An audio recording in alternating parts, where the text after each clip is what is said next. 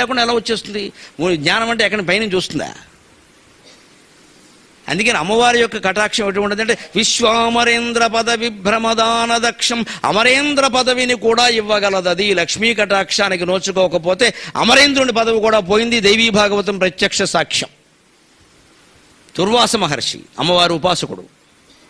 ఆయన అమ్మవారు పూజ చేసి ఆ మందారమాల పట్టుకొచ్చి ఎవరికి ఇద్దామా అని చూస్తున్నాడు. ఆయన మహర్షి, ఆయన మాటలు మెళ్ళ వేసుకోడు. ఆయన వాళ్ళ వైరాగ్యాలు వేరు. అది అమ్మవారు ఇచ్చిన మాలది, కానీ ఆయన వేసుకోడు. ఆయన పద్ధతి అయింది.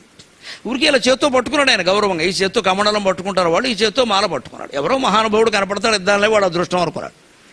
దేవేంద్రుడు కనపడ్డాడు, ఐరావతం మీద వస్తున్నాడు. ఐరావతాత్ ఆస్ఫాలన కర్కశస్య అని కాళిదాసు అంటాడు. ఐరావతాన్ని ఇలా కొట్టి కొట్టి కొట్టి చేతులు కాయలు కాసేటి వాడికి.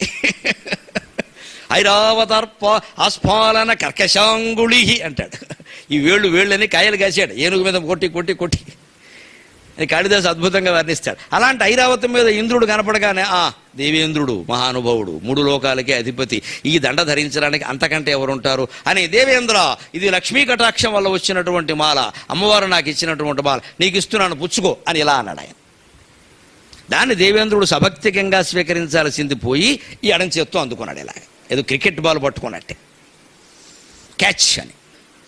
పట్టుకున్నవాడు పట్టుకుని ఉండకుండా ఆ ఏనుగు మీద బారేశాడు దాన్ని. ఊళ్ళు మండిపోయిన దుర్వాసుడికి.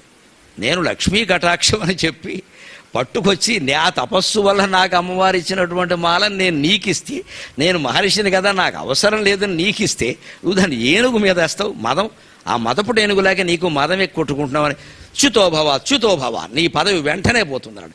ఆశ్చర్యకరంగా ఈ ఏనుగు మీద ఊరేగి ఈ త్రిలోకాధిపతి ఇంటికి వెళ్లేలోగా శచీదేవి చెప్పింది, సర్వమంగళ నామా సీతారామా.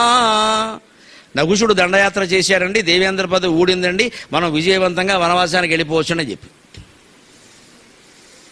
ఏ ప్రాంతం బాగుంటుంది అంటే ఇదివరకు బాగుండేది కాదు, ఇప్పుడు మనలోకే వచ్చింది కదా, లద్దాఖ్ బాగుంటుంది, బ్రహ్మాండంగా సరోవరాలు ఉంటాయని చెప్పి. ఇద్దరు పేరు లడాఖ్. క్షణాల్లో మారిపోతాయి ఐశ్వర్యాలు, అనుమానం ఏమీ లేదు భగవంతుడిని అవమానిస్తే. ఆచార సంప్రదాయాలు పాటించి తీరవలసిందే. అవన్నీ హృదయం కోసం